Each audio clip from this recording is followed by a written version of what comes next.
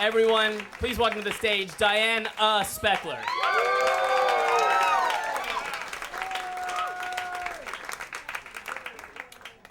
So my freshman year of college, I spend all my time with these three guys. I'm not like one of the guys, you know, like I'm not like one of those women who hates other women and pretends to love sports, but it's just that the girls in my dorm, like I don't appeal to them. Like I'll give you like I'll paint a picture for you. On the first week of college, there's like a mandatory meeting for all the girls outside our dorm where sorority girls try to convince us to join sororities. So we're out there and I'm hungover and I actually barf on the steps in front of 70 girls who then go on to join sororities. So for my social life, I depend on these guys, and so I'm always kind of trying to squash the girl part of me and pretend to be a guy. Like one of them will be like, that chick over there has totally weird tits, and I'm like, yeah, but I'm like, what? But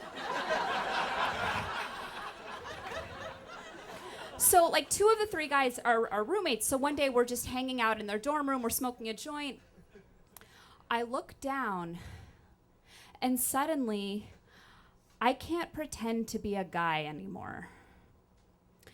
Most 17-year-old girls know when their period is coming. Like, we've been menstruating for 5 years. It shouldn't be like a shock every month. Not me. It's a shock, okay? I'm always, like, if I think about it, I'm like, who are these women who track their periods on a calendar, you know?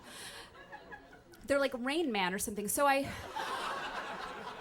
I'm sitting there and I have a blood stain on the vagina part of my jeans, and I'm hanging out with these guys, and what do? There's nothing I can do. I can't be like, who has a tampon, right? So I do nothing. I just sit there and I'm silent, and finally like one of them's like, dude, you're being really silent. I'm like, your mom's silent.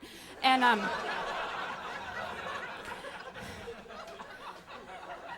So after like an hour, everyone gets the munchies and everyone wants to go out for Thai food, and I'm like, okay, well, I'm just gonna go to the bathroom real quick and then we'll go. And so I get up and I like quick steal a glance at the couch, but it's like one of those Salvation Army couches that's 500 colors, so probably a lot of people have bled on it, but like you can't tell.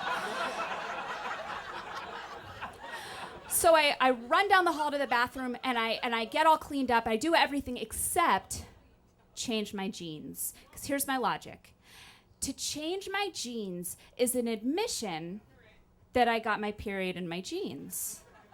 So I go back to the room, I'm like, I'm ready, and we start walking to the restaurant, and one of the guys is telling this story about this girl he's sleeping with, and he's like, yeah, I really hope like I can have a threesome with her and her best friend. I'm like, dude, it's totally gonna happen.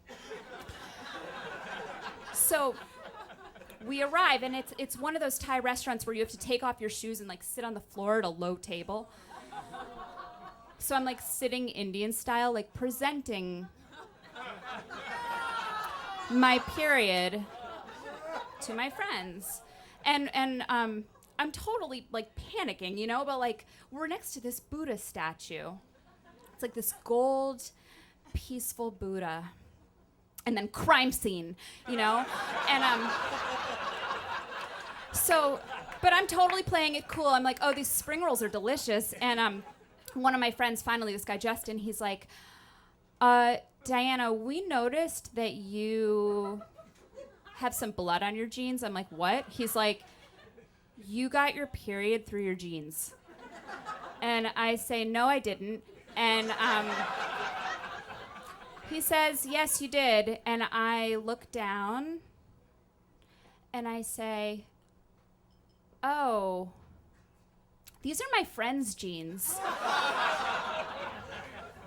I'm like, yeah, my friend from high school got her period in her jeans and then she washed them and the stain didn't come out, so I took them because she didn't want them anymore. They're like, so you're wearing your friend's bloody jeans. I'm like, it's dried blood, it's totally fine. And so for the rest of the night, I'm like acting like I'm totally comfortable. I'm like, yeah, it's a girl thing, we trade period jeans, whatever. And like when I finally get around to washing these jeans, like it's too late and they're stained, right? But for the rest of freshman year, every now and then, I wear the jeans. Just to like stand behind my lie. And I start to get really self-righteous about it. I'm like, who the fuck are these guys? Like, what do they know about being a woman? And they become, like, the jeans become this, like, symbol of feminine power to me, you know?